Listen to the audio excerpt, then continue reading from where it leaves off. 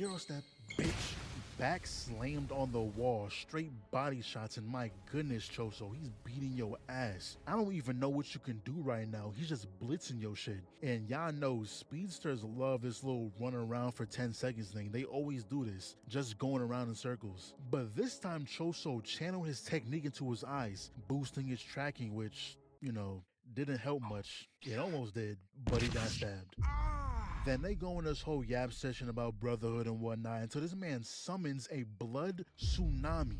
And now you still somehow dodge that shit too. But the blood got through his clothes. Choso was able to harden it, which made him slower, and then proceeds to bomb the entire area. Though right when he was gonna finish this, Yuta pulls up, gave him a mean backhand. And turns out Choso's blood is poisonous to humans, so Yuta said, hey, I'll heal you only if you report Yuji's death to the higher ups, and I imagine that's exactly what he did.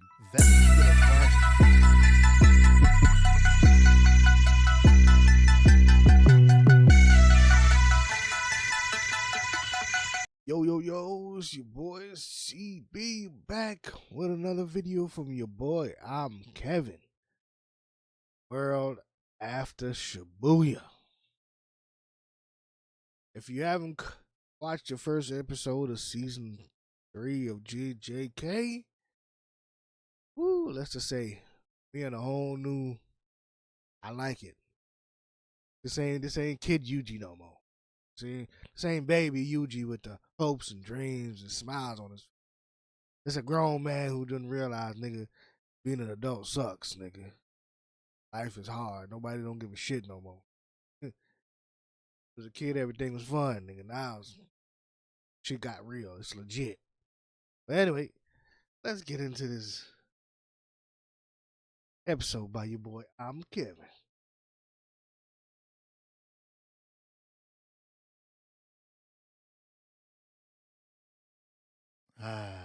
It's about time I went back to my roots. JJK Season 3 is finally here.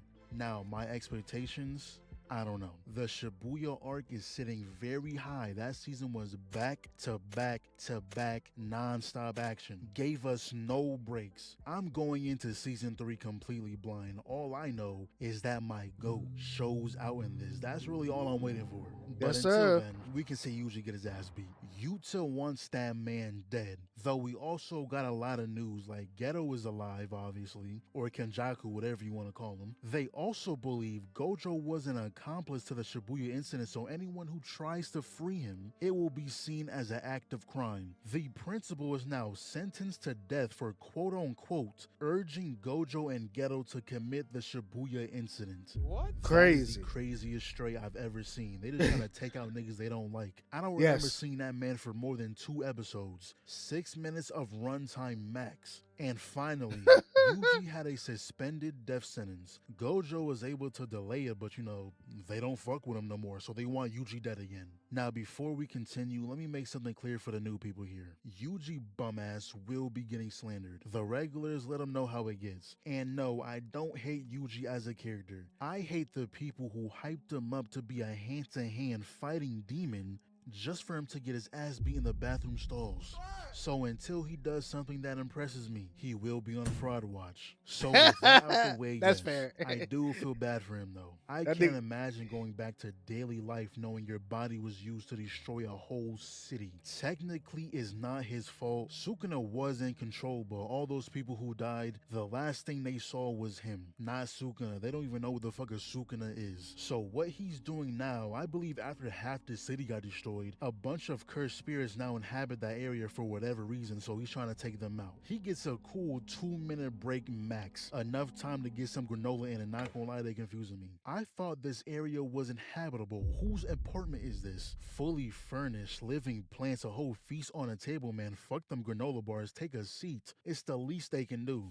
And look at Yuji, he swear he nonchalant. The dude gets attacked, no expression. Grabbed out the air, flown through the city, up a building, and the man looks bored. Gets tossed through the building, comes from the top ropes, but something cuts it down. Cameraman, cut back to Yuji. That boy was trying to make it quick. No introduction, no nothing. Try to end it immediately. And then we see this bitch ass nigga. And I'm only calling him a bitch ass nigga because he was talking crazy about Maki. Maki disrespect will not be tolerated. But apparently this guy's a and then we see this. Boy, this nigga Kevin is right, but this nigga was talking mad disrespectful, nigga. Nigga, she don't know her place as a woman, nigga. She ain't gonna never find, nigga. What? I was like, this nigga can't be talking about Maki. Not Maki. Nigga, he talking reckless. Nigga, that's Toji 2.0. That's that new Toji. But I do have to put respect on his name though. Now, okay, you got this nigga might be a bitch, but you got to put respect on his name because that nigga was putting hands on them niggas. This bitch ass nigga. And I'm only calling him a bitch ass nigga because he was talking crazy about Maki. Maki disrespect will not be tolerated. But apparently this guy's the next head of the Zenin clan. And he happened to mention Toji and they all tweaked out. I don't know if it's on some Voldemort don't say his name type thing or if it's on a respect thing, don't talk bad on his name. But these three are here because the head of the Zenin clan has just passed away. Don't know how he even lasted this long. Jogo burnt that man in every direction. But with his death, he had a will and this man was here to deliver the message. It pretty much said that Naoya, the bitch ass nigga, will be the new head of the Zenin clan. However, if for any reason Gojo dies or loses his will or abilities, the vow with Toji will be honored. Megumi will be taken in by the Zenin clan and made the new leader. Now, hearing that, of course he was going to act up. Imagine your spot being taken by Megumi of all people, and I'm not even a Megumi hater. I just know he ass. So this lady tells him that Megumi's on a Yuji search mission somewhere in Tokyo. Naoya said, I bet I'ma pull up, kill him, and Yuji. And speaking of him, right now he's chilling with Choso. It's still weird to me how these two are related. When are we gonna get the full explanation? Cause y'all family tree is disgusting. 3 of y'all got the good genes, the other 2 got hoed. But they're working together, clearing the curses in this area, and not gonna lie, Yuji looking kinda cool out there. I can't even hate right now. Keep this up, and you might get off Fraud Watch. Also, Choso, calm down with all that glaze talking about some flawless curse energy manipulation, extraordinary physical strength, truly the king of curses. Hey, shot rise. That's not his title, buddy. If you're gonna glaze within reason. Let's not go overboard now.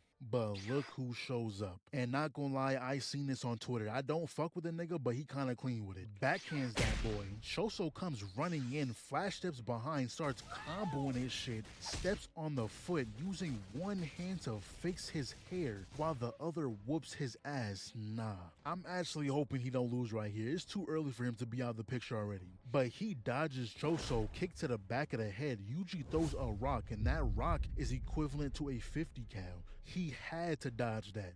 But that's when he arrives. For a second, he thought it was Gojo, but it was something more unsettling. I don't know why they made him look like this. That shit look uncomfortable. Looks like he been holding that pose for 30 minutes and his back started hurting. But now y'all starts talking about some, yo, just so you know I'm not with those niggas. What? Yo, he pussy.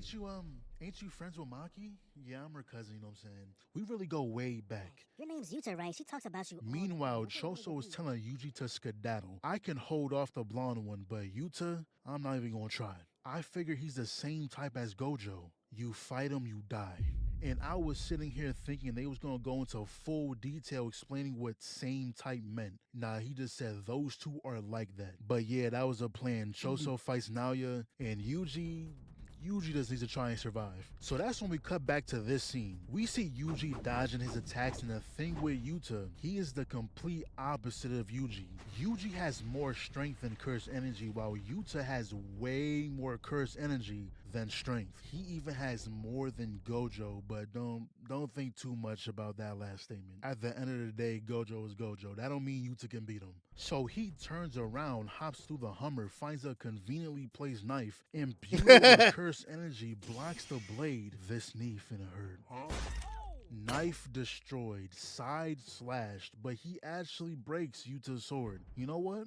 Good job, Eugene. But I'm not gonna hold you. The millisecond I get grabbed by Rika, this demon, I am at the top of my lungs. Sukuna, help! I don't give a damn no more. The Anything Queen of goes. I'ma Curses just grabbed that hope I nigga. can He's like, release him from my body again. I gotta even the playing field somehow. But yeah, he stabs Yuji straight through the heart. Eurostep, bitch.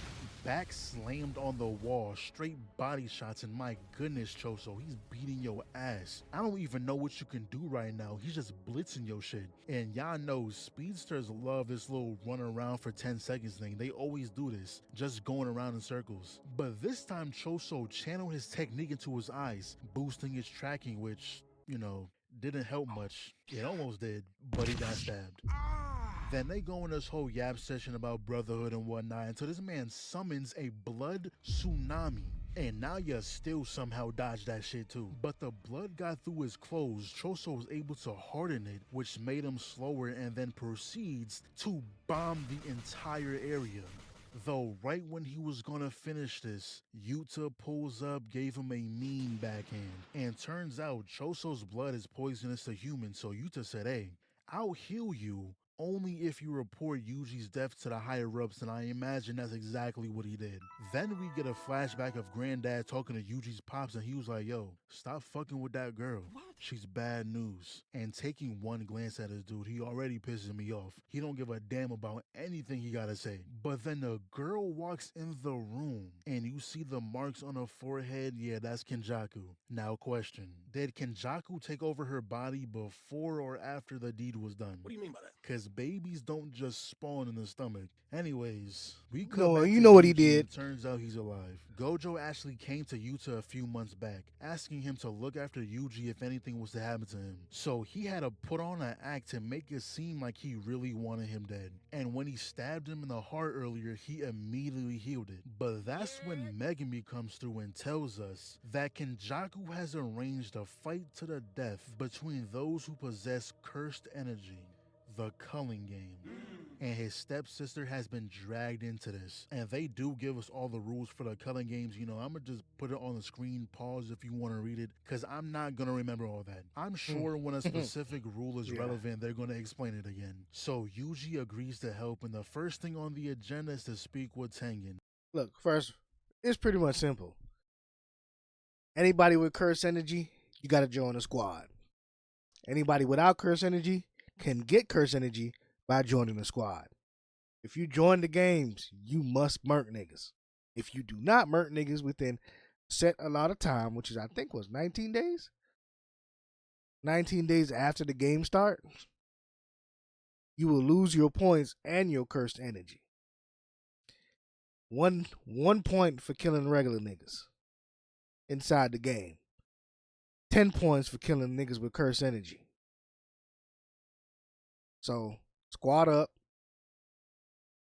and murk niggas. That's the game. So if you want curse energy and you want powers, pick a squad.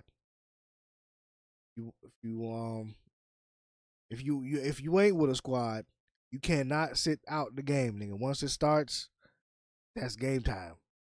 Last rule was if you get 100 points, you can implement rules by talking to the rule master of the game. So you want to change a rule, add a rule, you can do that if you get 100 points. It means catching 10 niggas with curse and 10 sorcerers bodies, or you just catch 100 human bodies. Either way, once you get 100 points, you can add a rule to the game, as long as that rule does not stop the game. So ain't no stopping this game. The game is going. No rules can stop the game. You can only add rules to maybe you can create a safe zone. Like if you get 100 points, you can create a safe zone where nobody dies inside this area. That doesn't stop the game, but it does create a safe zone for people, I guess. That's about it. Ask how to unseal Gojo and what Kenjaku's objective is, but fuck all that. Look at my goat. If they make me wait until the end of the season to see her fight, I'ma be heated. But Yes. everyone, including Choso, he made his way back, went to consult Tengen, and then it ends right there. Hey man, pretty good start to the new season. I'm looking forward to it. Now, before y'all ask, am I posting weekly? Probably not. I feel like it's better when episodes stack a little bit. The only time you should expect me to post JJK back to back is if it's a Maki episode. Really? Yes, Yeah. more Maki Glaze. That's my goal.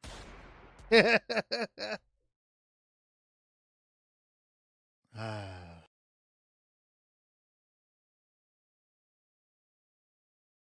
Oh man, oh man, oh man, oh man. You know what? Nigga? I don't even blame you, boy. Shh, the Maki episode was gonna be hype.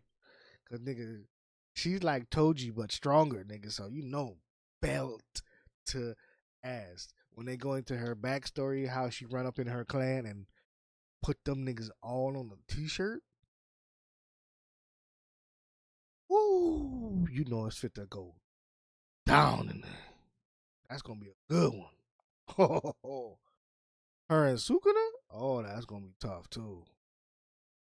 Her fighting some regular old sorcerer nigga? Feel bad for them. She Maki on demon time now, nigga. This ain't a young Maki who with skills who's hopeful. Nah, this is just this told you. It's that nigga Maki. Yeah. That nigga Maki. Putting belt the ass on everybody. Oh man, but I'm saying, well done for this. I like this little breakdown on the first couple of episodes.